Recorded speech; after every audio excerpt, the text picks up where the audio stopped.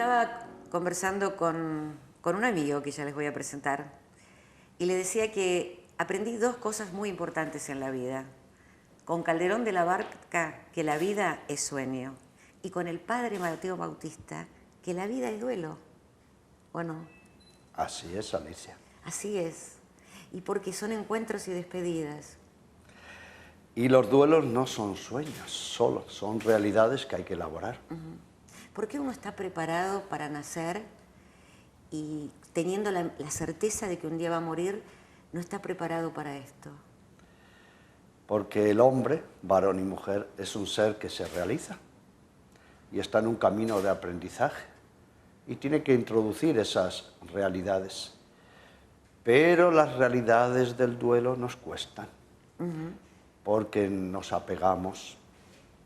Nos cuesta saber que amar también es decir adiós, incluso decirnos adiós a nosotros.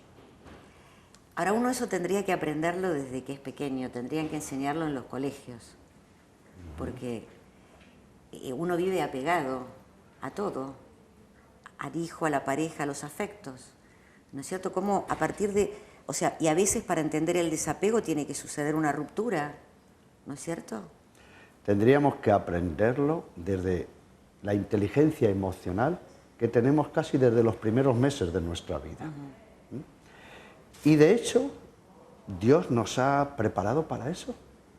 Por ejemplo, Alicia, ¿cómo introducimos la realidad de la muerte de una manera natural en nuestra vida? A ver cómo, porque realmente es complicado. Día y noche. A ver. Primavera, verano, otoño, invierno. Vemos caer la hoja y los nuevos brotes. Vemos de pequeño un pajarito muerto. ¿Qué nos está enseñando Dios con la naturaleza? Que tenemos que entrar en un ciclo de la vida, interiorizar esas realidades y vivirlas con amor, pero no con apego. Es nuestro egoísmo y a veces el apego de los mayores y un amor hasta posesivo quien nos hace romper este esquema que ya estaba con la inocencia original en nuestras vidas. Por eso usted sabe muy bien que quien hace mejor los duelos son los niños, porque tienen interiorizado esas realidades. Pero si una niña o un niño ve que sus papás y sus mamás no hacen bien el duelo, duelos negativos, duelos crónicos, hasta duelos patológicos, van a interiorizar esos patrones insanos. Y cuando sean mayores van a tener muchas complicaciones. Vamos a hacerle bien a la gente con todo esto. Cuando un duelo es crónico, patológico y uno está dañando a quienes más ama, que son los que quedan vivos. Las clasificaciones de los duelos dependen de la actitud ante el sufrimiento. Nos recordamos que tenemos dolor. El dolor esencialmente es orgánico, es corporal, pero tiene ramificaciones mentales, afectivas. El dolor da un paso cualitativo y se llama sufrimiento. Sufrimos normalmente por apegos, por posesiones, por manipulaciones. Incluso detrás de la palabra amor hay mucho detrás de eso. Y el sufrimiento pasa a sufrimiento existencial cuando se quiebra el sentido de nuestra vida. El horizonte, el objetivo, el compromiso existencial que nos llenaba. Es un sufrimiento existencial. ¿Cómo trabajemos esa crisis? ¿Cómo hagamos el proceso de sanación? ¿Cómo asumamos el sufrimiento? Activa o pasivamente, con buena o mala actitud, nos dará el tipo del duelo. Por eso, el duelo es en realidad el reciclaje del sufrimiento. Si lo hacemos con una actitud positiva, de salir adelante, de recrearnos y hasta de ganar experiencia, va a ser un duelo saludable. Pero si no lo aceptamos, lo negamos ya de entrada, va a ser un duelo retardado. Por eso usted habrá escuchado muchas veces, después de 1 o 2 años de sufrimiento, dice, ahora estoy peor que al principio. Claro. Duelo retardado.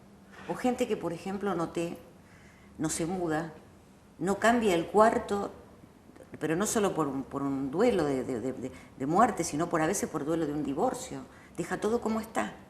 Y a veces años enteros, anda a tocarle eso a mi vieja, te dicen, que era donde vivía mi papá. Viste, la habitación del hijo que se fue queda igual, no toca, como un museo. Eso hace mal. Claro, porque no solo no cambiaron esas realidades, eso es un ejemplo, un referente de que no se cambió interiormente. Nos quedamos en el tiempo. Por eso es un duelo retardado y es un duelo crónico. ¿Y eso enferma a la demás familia? Claro, claro. No solo sufre uno, sino que hace sufrir a los demás. Y el tiempo innecesario que demos al sufrimiento, ¿a quién se lo quitamos? Al amor, a la felicidad, a la paz. Por eso también los que ayudan a elaborar el duelo tienen que ser conscientes de esto, que no solo tienen que permitir que la gente se desahogue, que se alivie, hay que sanar. Por eso, si no se sana ese sufrimiento, se puede hacer también patológico.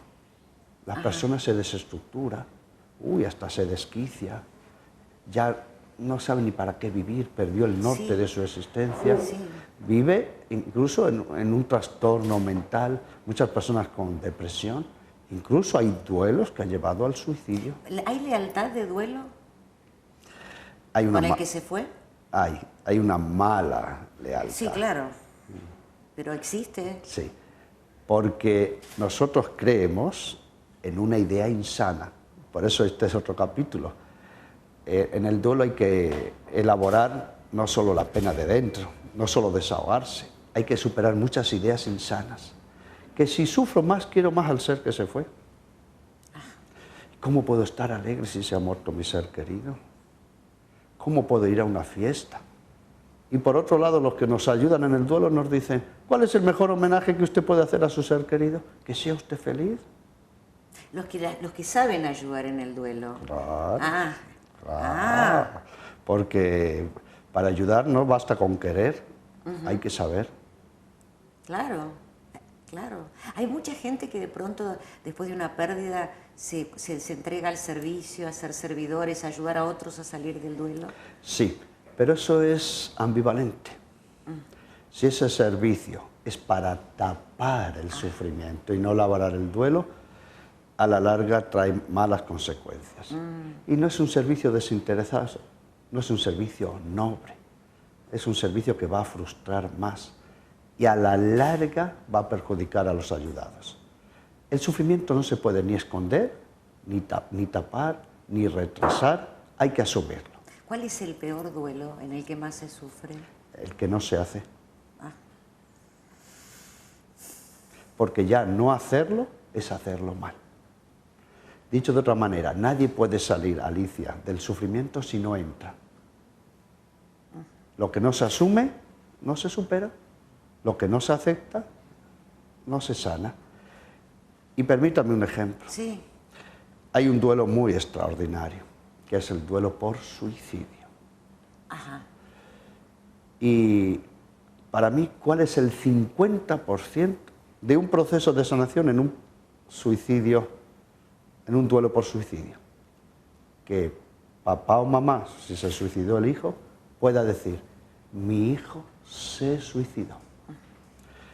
Si en cambio dice, mi hijo se fue, nos abandonó. Se fue de viaje, de gira, dicen ahora. Lo perdí. Sí. No está.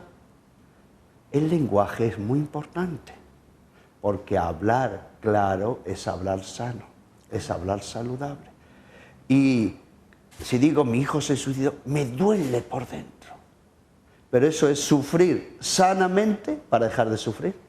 Porque además tenemos un sufrimiento insano para seguir sufriendo. Ahora, en este duelo extraordinario del suicidio, por ejemplo, ¿no? La persona que se suicida está desparramando culpa alrededor de todos los que lo rodean. Claro. ¿Cómo? Es difícil salir, hay que salir de ahí, porque ahí ya no es el sufrimiento solo, aparte es la culpa. Es toda una cadena. Sí. Una cadena. Y usted sabe que los duelos no lo hacen los que se murieron, sino los que quedan vivos. Sí, porque el que se murió no cumple más años, no está más, se murió. Y todos los duelos traen sentimiento de culpa, sin excepción. ¿Y por qué? Es como, yo diría, un paso necesario. incluso saludable. Hablo de sentimiento, no de que haya habido culpa. Pero en todo duelo siempre hay una pregunta, ¿y no pude hacer algo más? ¿Hice todo? Claro. Y especialmente el suicidio trae muchos sentimientos de culpa. ¿En qué fallamos? ¿Cómo no nos dimos cuenta? ¿En qué le fallamos? ¿Por qué no nos avisó? Por eso hay que distinguir entre que haya culpa y que haya sentimientos de culpa. Sanar las culpas es una de las etapas principales del proceso de duelo. Ahora se puede, porque los resultados a mí los he visto gente que está bien, que ha podido salir. Sí. Hay que hacerlo. Pero el tema es cómo uno pide ayuda, porque el tema es que la gente no pide ayuda, se cree que yo solo puedo, y sí, ¿qué voy a ir, qué voy a escuchar, que a mí que me van a enseñar? Eso lo dicen también. Claro. Si una persona tiene un dolor en la rodilla, ¿qué es lo primero que va a pensar? Va a pasar. Claro. Sobre todo si es de hombre. Ah, seguro. Que nos cuesta ir más al médico. Sí. Pero ese dolor sigue. Ese dolor sigue. Y ese dolor que era solo de la rodilla, a lo mejor ya es una infección. Y empieza a complicar todo el organismo.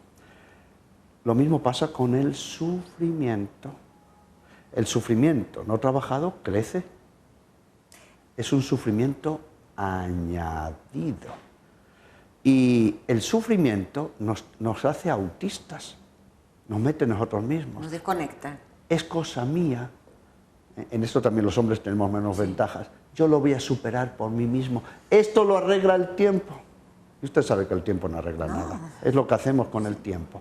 Por eso es clave querer ayudarse. Decir de esto se sale y pedir ayuda. Pero para eso hay que tener también mucha grandeza y mucha humildad. Porque el sufrimiento también es muy pudoroso. No es fácil hablar del sufrimiento, pero es necesario. ¿Cuáles son las causas que más hacen sufrir? El apego. Pero conversando en estos días, hubo algo que me dejó muy sorprendida, que fue el duelo por omisión. ¿No es cierto? Sí. Llegamos al sufrimiento por 4 causas generales, como 4 disparadores. Primero, pérdidas de todo tipo, económicas, de fama, de prestigio, pérdidas. El segundo es por alejamiento de seres queridos. Vivían con nosotros los vínculos, las rupturas, ¿no? Por eso las rupturas familiares entre hermanos es un gran sufrimiento. Los divorcios, todo un proyecto de vida que se destructuró. Hay una tercera que hay que darle mucha importancia, las omisiones. Y el cuarto, por supuesto, son la muerte de seres queridos. ¿Las omisiones con qué tienen que ver? Con frustraciones. Con lo que quise ser y no fui. Lo que quise alcanzar. Lo que hubiera hecho en ese momento y no hice, la oportunidad que me perdí y no vi la que venía. Los proyectos que amé y me quedaron atrás. Sí. Y está unido a la autoestima y al resentimiento, que es el peor consejero de nuestra vida. Eso es el sentimiento que más me preocupa. Volvemos.